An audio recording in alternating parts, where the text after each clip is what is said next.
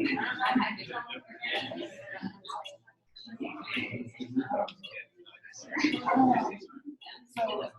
what happens if Rohan didn't go where he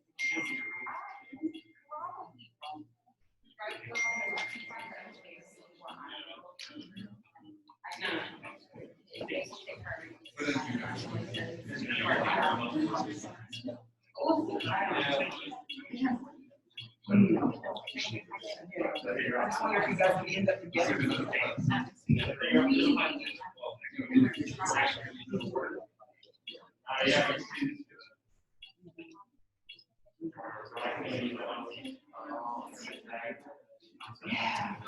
Yeah, the economy is quite. I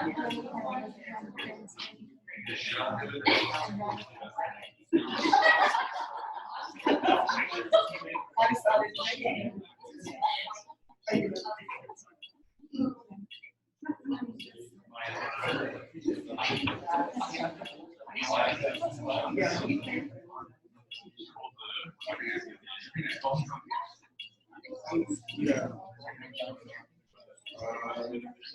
Ladies and gentlemen, please find your seats. We'll be beginning shortly.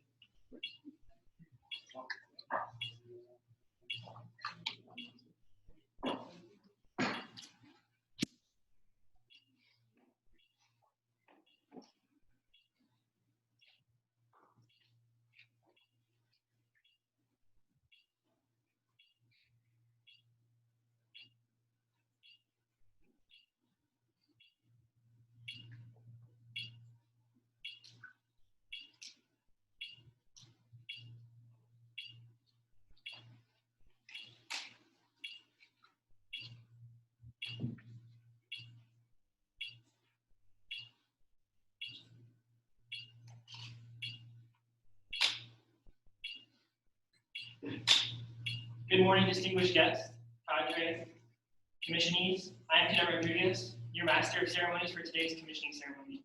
At this time, please silence all of your cell phones. Ladies and gentlemen, please rise for the arrival of the official party, and please remain standing for the playing of our national anthem.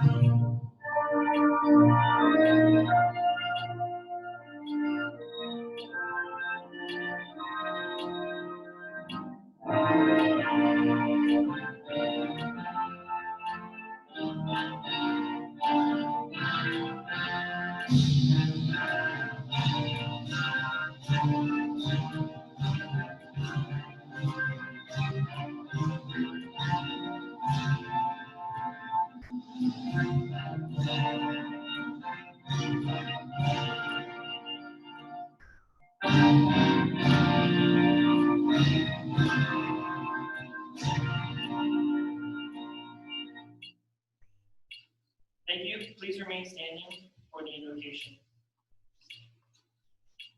O God, the Father of all mercies and all mankind, we come before you with praise, adoration, and thanksgiving. Please bless these young men who today take upon themselves a solemn and sacred responsibility of keeping watch over our nation and and around the world. As we remember and pay tribute to those who have made the supreme sacrifice of life itself for the preservation of freedom in our beloved country, may these men who are to be commissioned today take upon themselves the sense of devotion and loyalty that will enable them to carry out their commission. We thank you, O God, for those who have taught and led these men, and these cadets accept their obligation as officers in the United States Air Force.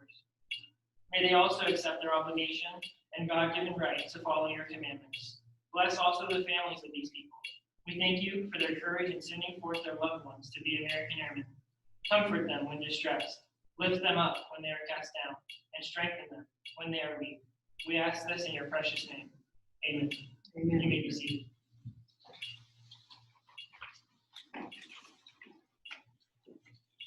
We would like to recognize the family and friends invited here today to celebrate this achievement for Harris Qureshi, Briggs, and Thomas.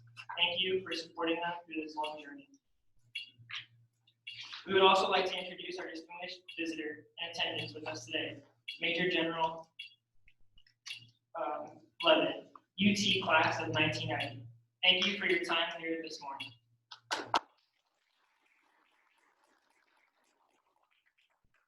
We would also like to recognize the members of Detachment 825 cadre in attendance with us today. Please hold your applause until all have been named.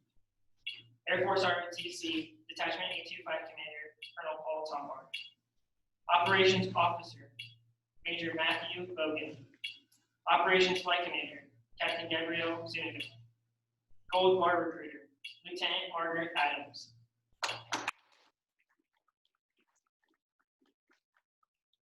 It is my pleasure to invite Colonel Tombarge, Detachment 825 Commander, to the podium.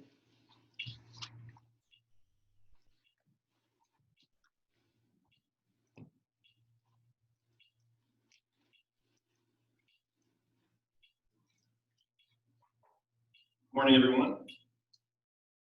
Major General Leavitt, commissionees, ladies and gentlemen, and our distinguished supporters who will be watching this later. Welcome to our Fall 2020 commissioning ceremony, and thank you for taking time out of your busy schedules to be here today for this momentous occasion. The commissioning of Nathaniel Briggs, Harris Qureshi, and Rohan Thomas as second lieutenants in the United States Air Force. I would also like to extend a very special thank you to Cadets Hogue, Rodriguez, Sakamoto, and Phillips for planning, organizing, and executing today's event. They spent the last several weeks coordinating venues, procuring materials, and much to their pleasure, briefing cadre on the progress of the planning. We couldn't have done this without your efforts, so thank you very much. For the parents, grandparents, families of these cadets, I want to especially thank you for the guidance and nurturing that you provided these young men as they were growing up. You laid the foundation upon which the cadre here at Detachment 825, both past and present, have built a framework of education, military training, and character development. I'm sure that our three commissionees will agree that their journey leading up to today has been a long one. Their 4.5-year path to today's ceremony has not been easy. Like other college students, they've spent countless hours studying to earn their degrees. Only 35% of Americans have obtained a bachelor's degree, so crossing this academic threshold is no small feat. But unlike other students, they've also completed a 4-year officer training program. For the last 4.5 years, they've performed physical fitness 3 times a week before sunrise. They spent more than 200 hours honing their leadership skills at Leadership Laboratory. They completed an arduous 2-week field training evaluation at Maxwell Air Force Base in Alabama, and they completed experiential professional development training along the way. During these past 4 years, they've increased their knowledge and confidence, and they've grown both as individuals and as leaders. Leaders who have instilled our core values of integrity first, service before self, and excellence in all we do. These 3 young men are now about to embark upon an admirable and unselfish career as military officers. A career in which responsibility, loyalty, and service matter. While we may have helped polish these qualities, we have you, their families, to thank for showing them the way. You should be very proud of the positive character traits that you have instilled in them. Cadets Briggs, Qureshi, and Thomas, in a few minutes, you will join the profession of arms. In doing so, the nation is placing special trust and confidence in your patriotism, valor, fidelity, and abilities. The gold bars about to be pinned on your shoulders represent something extraordinary. Less than half of 1% of Americans are actively serving in the military today. Your courage, commitments, and willingness to go to distant lands to support and defend the Constitution of the United States, to defend our nation's interests, to protect and defend the people that you have never met, makes you part of something truly special. You should be very proud. As Air Force officers, you'll be given a great deal of responsibility very quickly. Remember that you will not just be a pilot, a chemist, and a civil engineer. You'll be Air Force officers, leaders of airmen. You'll be responsible for the lives of those under your command. You'll be called upon to lead them through difficult situations with wisdom, courage, and compassion. The future that lies ahead will be full of both challenges and opportunities. Embrace those challenges and opportunities, and it will be an amazing, rewarding journey. As you go forth, strive to be credible, humble, and approachable. Learn as much as you possibly can about your weapon system, your trade, and your organization every single day, and become an expert in your field. Be humble enough to realize that you will never do everything. Listen to those around you, learn from them, and leverage their strengths, whether it is the most junior airman or a general officer. You may stumble, and that's okay. That's how we learn and grow. But admit your faults and own your mistakes, learn from them, and move on. And of course, take care of your people. Get out and visit your people and those who support you. Get to know them, discover their talents, their desires, their goals. Ask them what they need to do their jobs better, and ask how you can support them and remove the roadblocks to their success. And don't forget to have fun. If you enjoy what you do, you will be successful. Major General Leavitt, your formal introduction will follow in just a few seconds, but I wanted to personally thank you for taking the time to be with us today and serve as our guest speaker. This is now your third visit during my tenure as the detachment commander, and the cadets can't seem to get enough. As an alumni of Detachment 825, you know what these cadets have experienced and accomplished along the way. As a trailblazer throughout your career, you know what challenges lie ahead for them. Your words of wisdom are always enlightening and will help vector these young officers for a successful takeoff. So thank you very much. With that, I'll get off the stage and I'll let Cadet Rodriguez give the formal introduction of our guest speaker.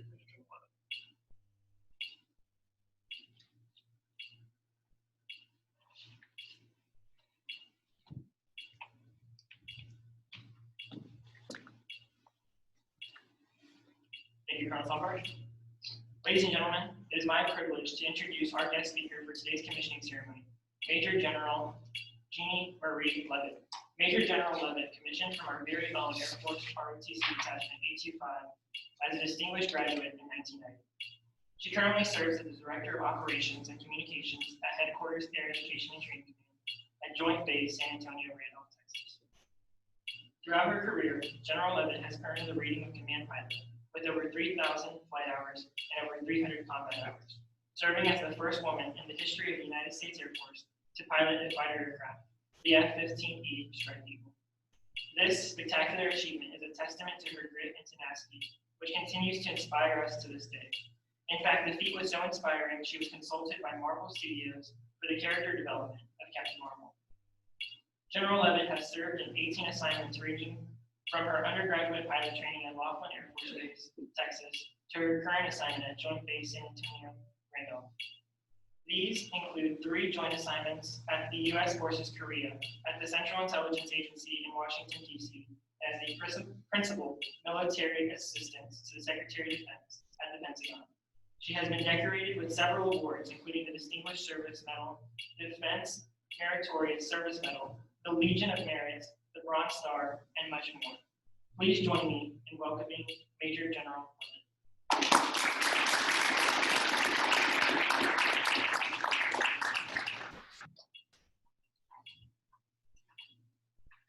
Well, good morning. Thank you, Cadet Rodriguez, for that kind introduction. And thanks to you, and thanks for inviting me to share in this momentous occasion. This is very exciting for me. You know, students, esteemed instructor cadre, friends and families of those about to be commissioned. Thank you for taking time to join us as we congratulate and celebrate going to be the Air Force's newest second lieutenants. I'm truly honored to be here with you today as we recognize the Detachment 825 graduates for their successful completion of Reserve Officer Training Corps program. What an auspicious day this is. both for our future Air Force officers and for the airmen who they will lead. To our graduates, congratulations.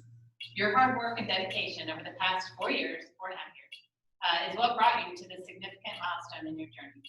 I want to congratulate you for a job well done.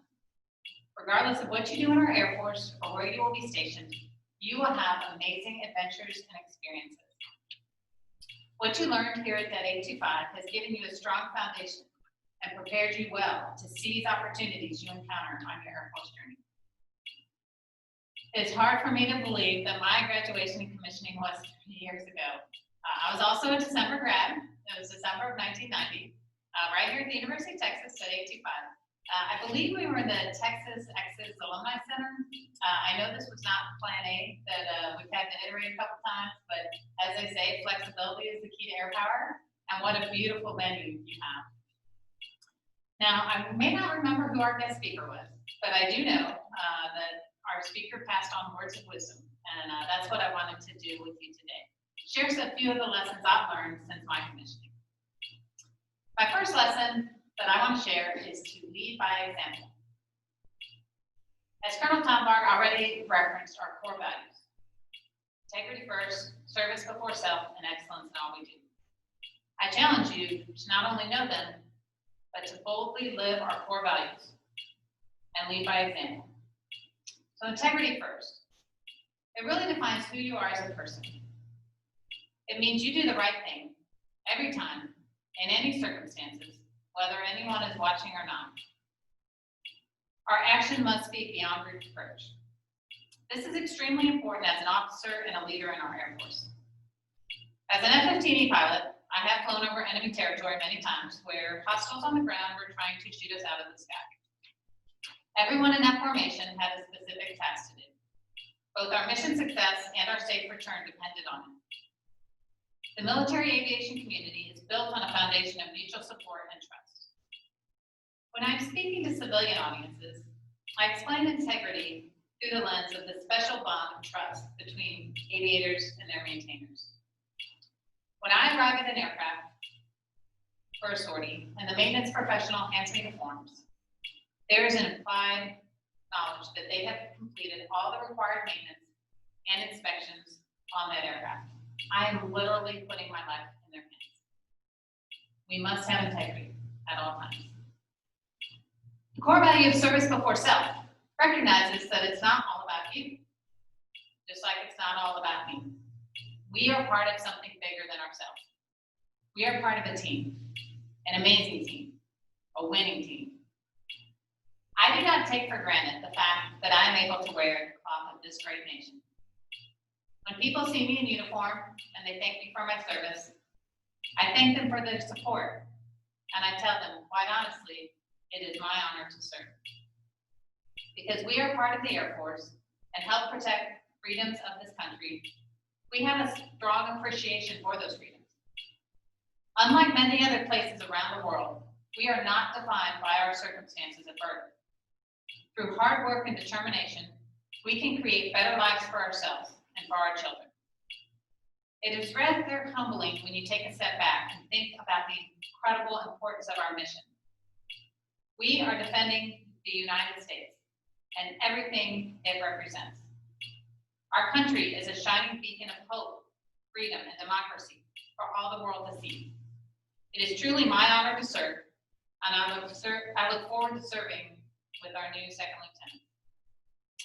As for the core value of excellence in all we do, I think of excellence as a choice that we make every day. Do we do the minimum because that's what's required? No. Do we go above and beyond, raise the bar, make our organization better? Absolutely. For the Air Force, we ain't high. We are fortunate to serve at a time when our society appreciates the military and holds service members in high regard. It is our responsibility to live up to that expectation during the good times and during the tough times. During uncertain or challenging times, our society looks to its government and its military for leadership. This generation will remember the details of where they were and what they were doing when COVID changed everything. Personally, we were on a vacation, a ski trip in Colorado with family in March. when that impacts first hit. On Friday evening, we had just finished skiing day 5 of 6 planned ski days, beautiful snowy mountains in Colorado. And we heard murmurings of changes on the mountain the next day. On Saturday, it was the first time I heard the term social distancing. And when you apply that to the ski environment, it means no singles lines and really long waits for the ski lifts. When we returned our gear on Saturday night, the decision had just been made to close all ski resorts in Colorado for a week while assessing the situation. Needless to say, the ski resorts never opened again for the rest of the season. Our return flight was on Sunday, March 15th, which was the last day that we could travel before the Secretary of Defense Stop Movement order went into effect, which was on March 16th. When we got back to Texas, the environment was rather disorienting. Our children's transitioned to virtual school, and I directed recruiting headquarters, where I was stationed at the time, to switch to teleworking. Our breakfast area became my office for the next few months. Fear was everywhere. The news media was consumed with reporting what they called the novel coronavirus. Our boss, Lieutenant Colonel Brad Webb, who's the commander of Air Education and Training Command, or AATC, coined a phrase that I often use. And that phrase was, "The calm is contagious." Just like fear is contagious, so is calm. We are the United States military. We must boldly lead during challenging times. Within AATC, we backed off operations for a couple weeks to get oriented to the COVID environment. And then we moved out deliberately to accomplish a mission under new conditions. Within recruiting, we transitioned to virtual recruiting and came up with a new process we called agile shipping, which meant we were highly flexible with who we sent to basic military training, or BMT, each week, depending on the COVID situation in each area. Second Air Force modified their procedures to be able to safely increase the number of trainees at BMT, using testing and restriction of movement protocols, all new terms and processes we had never used or heard of. By the 1st of June, the Air Force training was back up to normal levels, bringing in the airmen we need. The Air Force Academy, ROTC, and Officer Training School adapted as required to continue their important mission of developing the future officers and leaders in our Air Force. You are our future leaders, and we need you to be ready to lead. You can lead by example at any level. You do not have to be in a specific position or designated leadership role. Success will follow if you stay humble and always treat others with dignity and respect. When you go to your first assignment, do your best at any task you are given. Personally, it was not my top choice to be a SNACO for a year and a half in 2 different squadrons, but I accepted the task and decided I would be the best SNACO ever. So strive to be the best wingman, the best teammate, or even the best SNACO. When you lead by example and boldly live by the core values, you will be ready to run through the doors when opportunity presents itself. My second lesson ties to my time as a pilot training student at Laughlin Air Force Base in Del Rio, Texas. And that advice is to be bold and believe in yourself. The Webster Dictionary defines bold as not afraid of danger or difficult situations. Early in my Air Force career, I faced a difficult situation, which ultimately led to my unique timing in the Air Force. When I was an ROTC cadet here at A25, there was an opportunity to go shadow people in your career field. So I had the incredible opportunity to fly in the backseat of an F-16 about 5 times. And so I knew that I wanted to fly fighter aircraft after I finished pilot training. When I graduated pilot training, it was January of 1993. There's a way to go to pilot training. I sure wondered about the timing. The timing was interesting. Congress had voted in 1991 to allow women to fly fighter aircraft. However, when I finished pilot training in January of 1993, the Department of Defense, or DoD, still had a policy in place that did not allow women in any combat role. When I went through undergraduate pilot training, students selected their own assignments, and it was based on their order of merit. As a top graduate in my class, I was the first person to choose an assignment, so I faced a dilemma.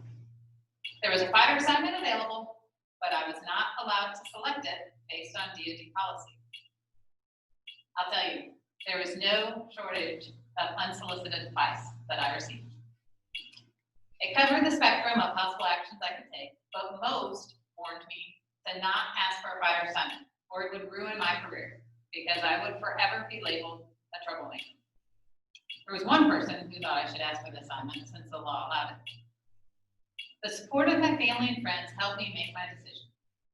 It was considered a bold move at the time, although I admit I felt pretty nervous when it was happening. At Laughlin Air Force Base, in their auditorium, I stood up. The room was packed, and I asked for the F-15E assignment. Air Force Personnel Center responded on the telecom by quoting the DoD policy to me and stated I was not eligible for that assignment and directed me to choose a different assignment, which I did. At the time, I was pretty disappointed, but I decided I was going to do my best on the path that I was given. So I moved to March Air Force Base, and I was determined that I was going to be the best KC-10 pilot in our Air Force.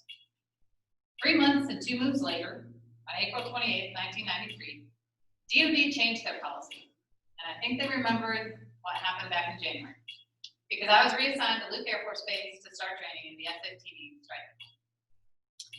In this case, my bold actions in that auditorium at the end of pilot training paid off. But I'll tell you, being bold is not easy. It often makes you feel vulnerable. You need to have a wingman, and you need to be a wingman, so you have mutual support. You need to have self-confidence and believe in yourself. How do you build self-confidence? One way is through hard work and determination. When you work hard, you become more proficient and more competent, and this leads to confidence. I challenge you to become a lifelong learner. If you continue to learn new skills and develop your talents, countless doors to new opportunities will be available to you. My last bit of advice to you is to learn the art of taking calculated risks. You will not always have all the information you need, and you will need to make decisions based on the information you have. There's a certain event in our history that comes to mind when I think about calculated risk, and that is the Doolittle raid. We need to go back in time to understand the context of this event. In December of 1941, our country had just suffered the Japanese attack on Pearl Harbor. We lost countless ships and aircraft and more than 2,000 Americans. It was a dark time in our history, and certainly for the military leaders who were charged with coming up with a response plan. General Hap Arnold went to his most daring and accomplished pilot. He was nicknamed the master of the calculated risk. There was one Lieutenant Colonel James Doolittle. He and his team planned the unthinkable, to strike Tokyo from an aircraft carrier with B-25 Mitchells, which were land-based bombers. The top secret plan was daring, to say the least. The 16 B-25s were supposed to launch off the USS Hornet aircraft carrier 450 miles from the coast of Japan. Unfortunately, on the morning of April 18, 1941, the USS Hornet was spotted by Japanese fishing boats, 650 miles off the coast. The B-25s had to launch 200 miles farther than planned, which meant the recovery plan was no longer an option. All of the crews knew that it was a one-way trip. Lieutenant Colonel Doolittle gave every crew member the option to step out of the lineup, but not a single one opted out. The Doolittle Raiders flew the entire mission. It was challenging, at 300 feet above the surface of the ocean, with no autopilot.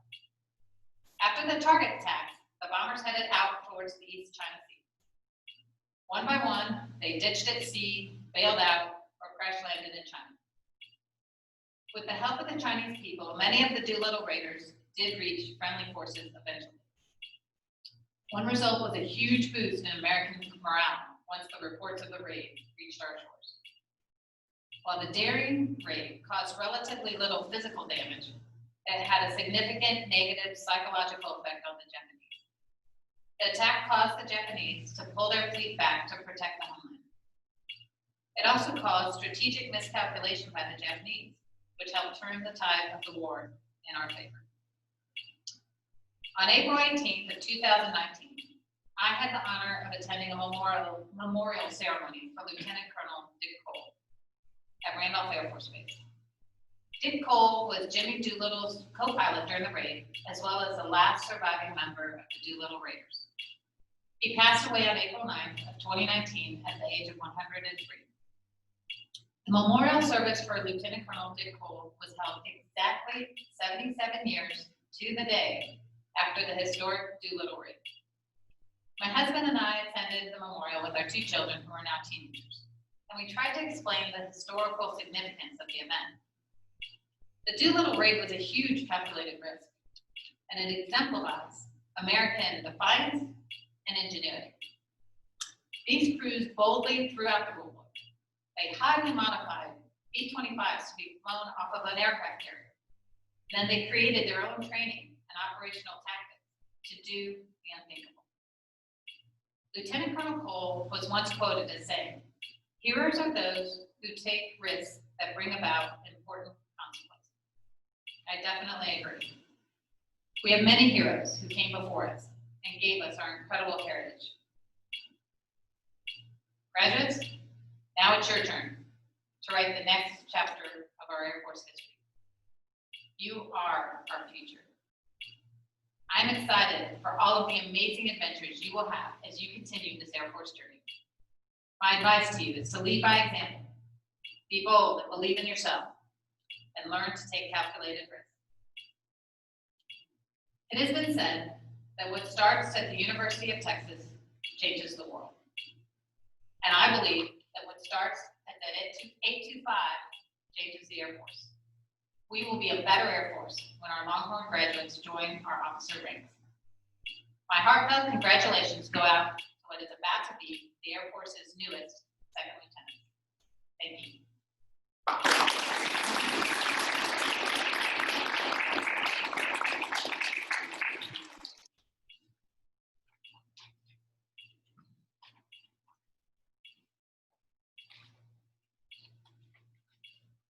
Thank you, General Leavitt. Let's have another round of applause.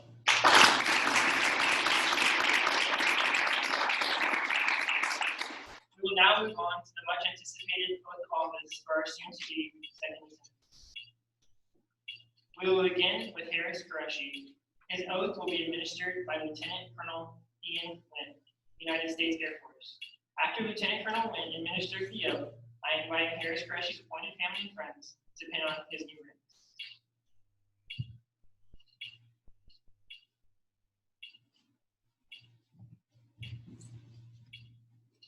So before we start, if you guys don't mind, I'd like to say a few words about Harris. I had the unique opportunity to be Harris's instructor since his sophomore year, all the way up to a couple weeks ago before I left. And during this time, I saw him develop truly into the person he is today.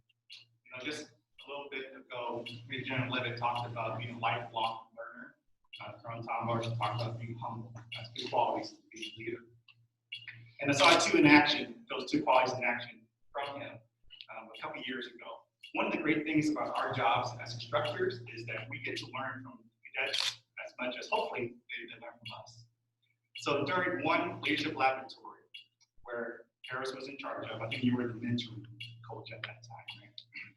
We were there in the classroom. It was perfect lead lab, right? Everything went well. And he didn't know this, but I was behind him as he was walking out for the class.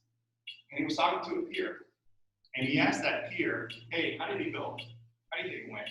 Right? What's the usual response for that? You thought everything went fine, you did great. But this is where the learning point was. After that, he said, "Give me one thing that I could have done better."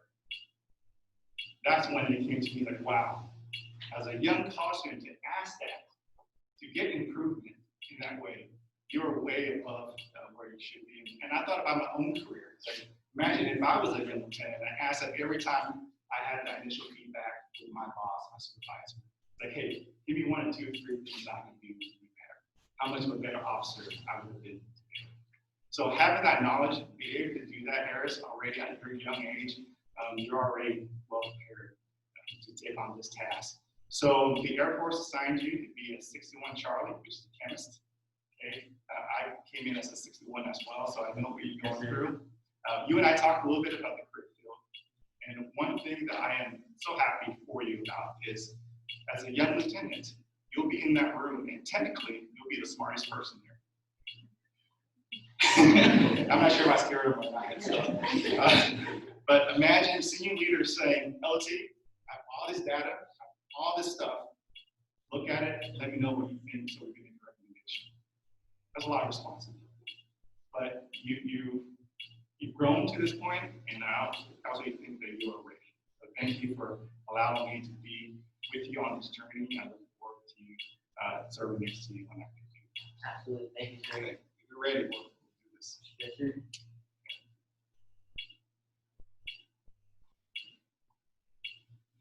Okay, raise your right hand. You have to be. I state your full name. I, Harris Qureshi, I've been appointed a second lieutenant in the United States Air Force. having been appointed a second lieutenant in the United States Air Force, Do solemnly swear do solemnly swear that I will support and defend the Constitution of the United States that I will support and defend the Constitution of the United States against all enemies, foreign and domestic.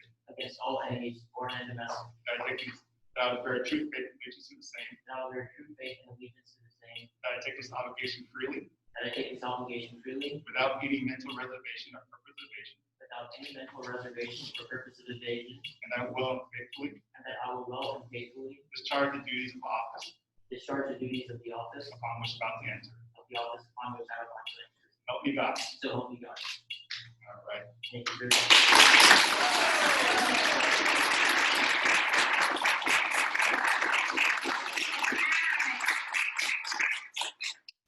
I now invite Lieutenant Qureshi's family to pin on his new rings.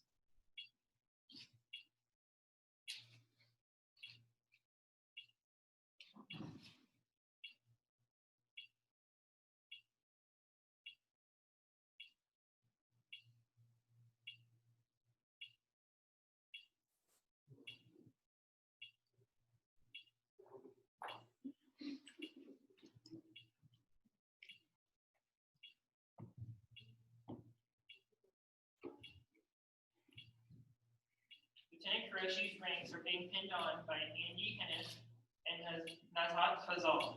Lieutenant Qureshi grew up in Dallas, Texas, and is graduating from the University of Texas with a degree in biochemistry. Upon entering active duty, he will serve as a chemist with the United States Air Force.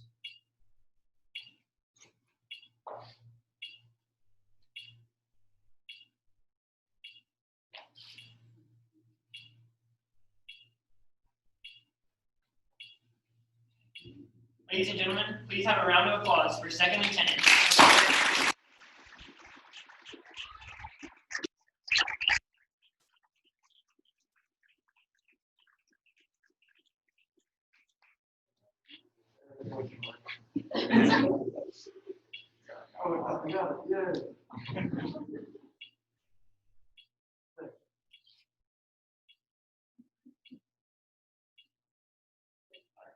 Okay.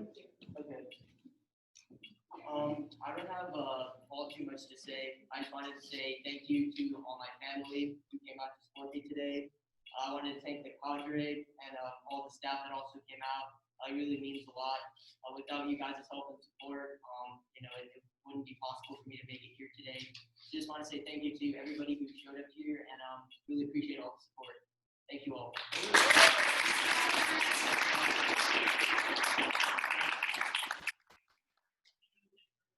Congratulations, sir. Our next commissionee is Rohan Thomas. His oath will be administered by Colonel Tombarge, United States Air Force. After Colonel Tombarge administers the oath, I invite Rohan Thomas's appointed family and friends to pin on his new rings.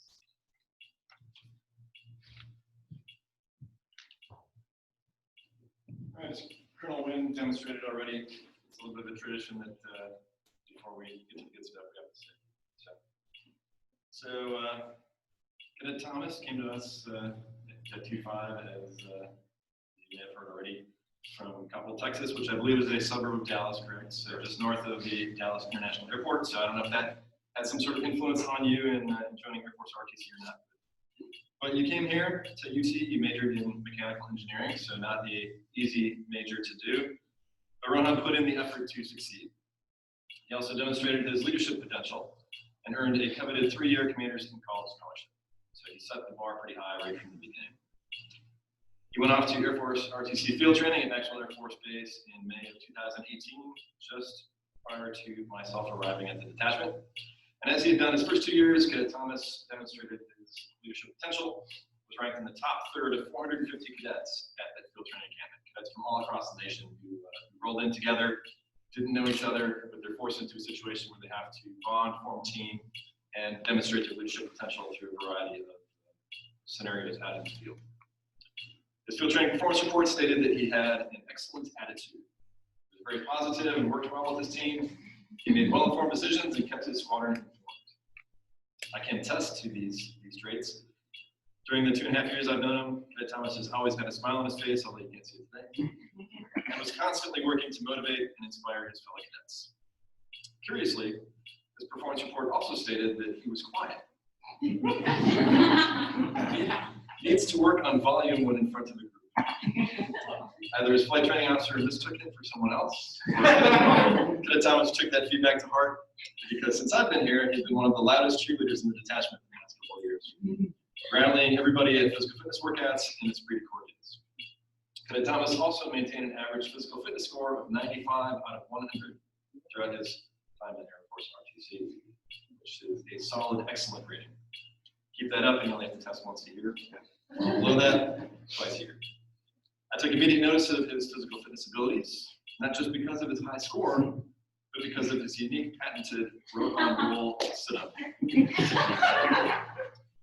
It's something I've never seen before, probably never will see again. But if you haven't seen it, ask me to do some sit-ups for you. Cadet Thomas, it's been a pleasure getting to know you the past 2.5 years, and it's an honor to commission you as the Air Force's next second lieutenant. I know you do great things as a civil engineer. For those who don't know, civil engineering is a little bit broader than it may sound. So you could be working on everything from construction and repair of Air Force facilities, disaster preparedness, fire department services, and explosive ordnance disposal. So you've got a wide range of things that your future lies ahead. And in this career field, you can literally go anywhere in the world. So I wish you the best of luck as you embark upon an exciting future. Are you ready to take your performance? Yes, sir. Mask. All right, raise your right hand and repeat after me. I state your full name. I, Rohan Thomas, Have been appointed a second lieutenant in the United States Air Force. having been appointed as second lieutenant in the United States Air Force, Do solemnly swear do solemnly swear that I will support and defend that I will support and defend the Constitution of the United States the Constitution of the United States against all enemies, against all enemies, foreign and domestic. foreign and domestic, That I will bear true faith and allegiance to the same. that I will bear true faith and allegiance to the same, That I take this obligation freely, that I take this obligation freely, without any mental reservation without any mental reservation or purpose of evasion. or purpose of evasion, And that I will well and faithfully that I will well and faithfully discharge the duties discharge the duties of the office upon which I'm about to enter. of the office upon which I am about to enter. So help me God. So help me God.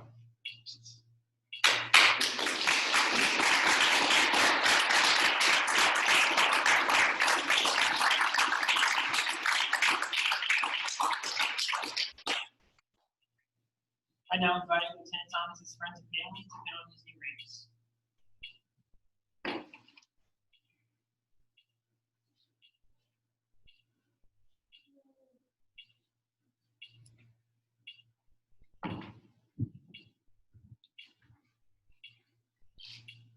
Lieutenant Thomas's ranks are being pinned on by his father, Verghese, his mother, Geetha, and Lieutenant Long.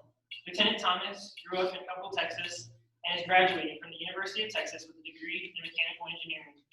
Upon entering active duty, he will serve as a civil engineer with the United States Air Force.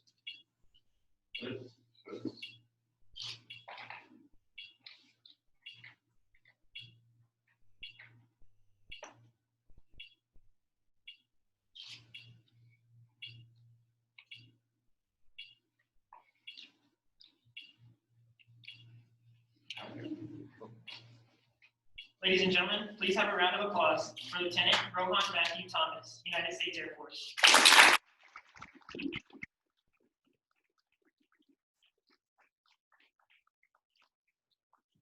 Say a couple things. Thank you for everybody who came. Thank you, mom, dad, and family for supporting me over the last 4.5 years. And thank you, Victoria, for being with me for 3.5 years now, around.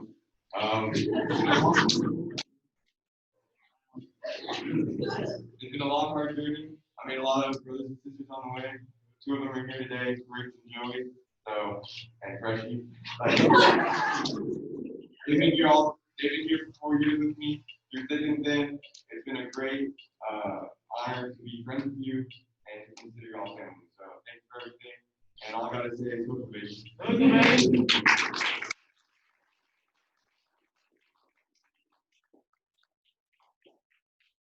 Rohan Thomas, congratulations, sir. Our final commissionee is Nathaniel Briggs. His oath will be administered by Colonel Jeffrey White, United States Air Force, retired.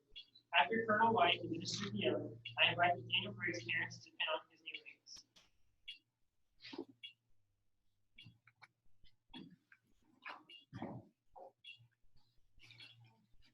Morning. I just wanted to say I've learned a couple things since I've been here this morning. Colonel Tombarge, I learned from you that it's a tradition to say something about the commissionees before we do that. So thank you. And Colonel Wynn, I learned the smartest person in the room is always a chemist. So if you don't have a chemist handy, don't call. I didn't know that we said anything before, so that's all right, because I have a lot to say about Briggs. I don't know how Briggs did in school or as a cadet. I'm honestly surprised he's here today graduating. It's all good, and I say that because I love Briggs. He's been a friend of my son, a friend of the family since I guess high school, right? So I know Briggs coming over to the house playing video games and screaming because I don't know why teenage kids scream that they're killing each other or whatever. And I know he eats a lot of food because I always had to make extra when he came over. Briggs, I know your family's proud of you. I'm proud of you personally. I know we've had a lot of discussions. One thing I really do like about Briggs that really kind of set him apart from a lot of my son's other friends is he wasn't afraid to come talk to my wife and I about just anything. Have a very respectful discussion about things, whether we agreed or disagreed. And I always appreciated that about him. I can tell you in the Air Force, as an officer, you can go far. Respectful disagreement is perfectly fine. I will say, General Leavitt, I appreciated your words as well.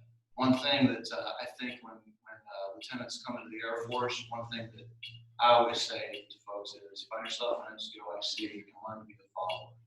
Because a lot of people come in thinking they're going to lead from day one. You are. We have a lot of people looking up to you, but you got to find somebody who can be a sounding board for you. And a lot of times that's an NCOIC that you can trust. So I give you those words of wisdom, if they're wisdom, and if not, I'm super proud of you. That's going to be an awesome thing. Just never forget the medics who take care of you. And I went to A&M, wearing the ring, took the mask off for a sec, but I do that thing, but I already said I saw my pinky off for him, so I can never do it. It's all good. You ready? Yes, sir. All right. Raise your right hand. Project. I state your full name. I, Nathaniel Briggs, Having been appointed a second lieutenant in the United States Air Force, have been appointed second lieutenant in the United States Air Force. do solemnly swear that I will support and defend the Constitution of the United States Do solemnly swear that I will support and defend the Constitution of the United States against all enemies, foreign and domestic. against all enemies, foreign and domestic. That I will bear true faith and allegiance to the same. That I will bear true faith and allegiance to the same. That I take this obligation freely, That I take this obligation freely, without any mental reservation without any mental reservation or purpose of evasion. or purpose of evasion. That I will well and faithfully That I will well and faithfully discharge the duties discharge the duties of the office the office upon which I'm about to enter. of the office upon which I am about to enter. So help me God. So help me God. Congratulations. Thanks, sir.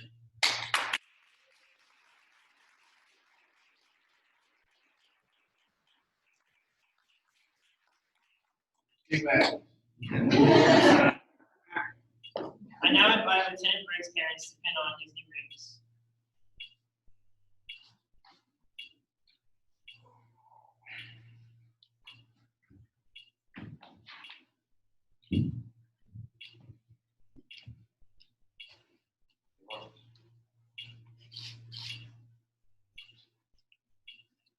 Lieutenant Briggs' rings are being pinned on by Charles and Kimberly Briggs.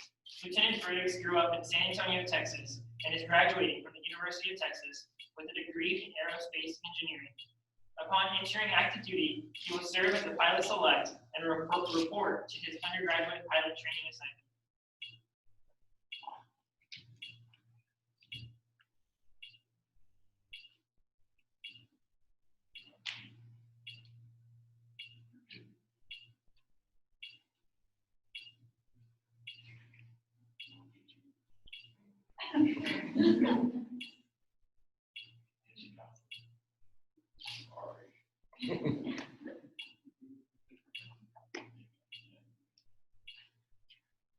Ladies and gentlemen, please have a round of applause for Lieutenant Nathaniel Briggs.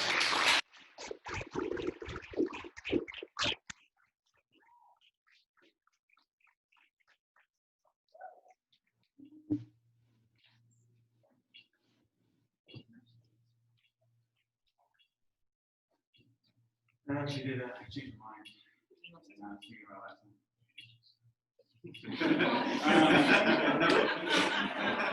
Yeah, so I just wanted to say something real quick. I just want to thank my parents. If they haven't made all the sacrifices that they did to support myself and my family, there's no way that I would be where I'm at or my sisters would be where they are at. So thank you both very much. And now is my time to start paying back and paying for it. So I just want to say I appreciate you. That's all. Thank you.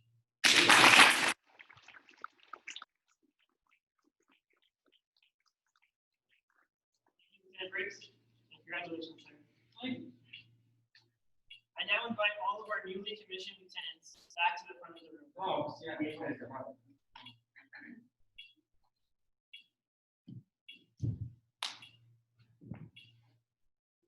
Ladies and gentlemen, I present to you the Air Force ROTC Detachment 825, Fall 2020 Commissioning Class.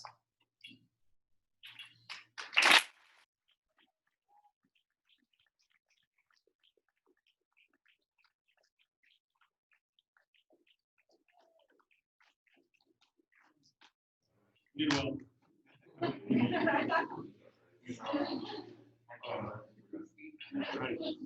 I'm retired. Commissioners, I still need you. Please wait until the end of the ceremony to take pictures with the new lieutenants. I now ask that you join us in the singing of the Air Force song. You will find the words printed on the card in your program.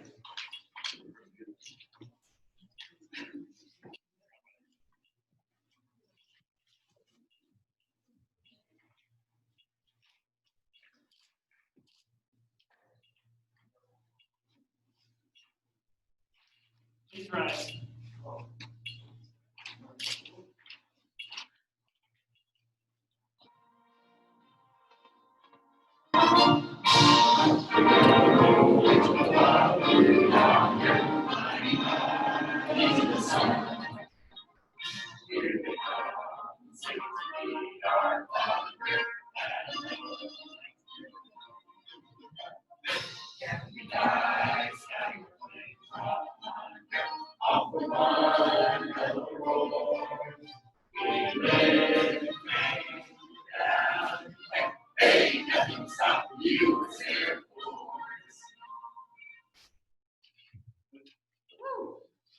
Please remain standing for the departure of the official party.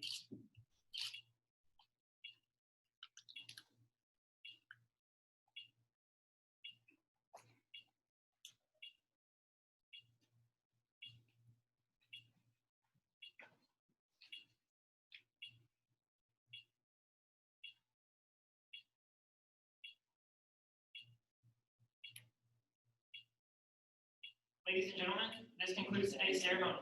Thank you all for coming to support our newest officers. Please join me in another round of applause for our newly commissioned lieutenants and those who made this ceremony happen.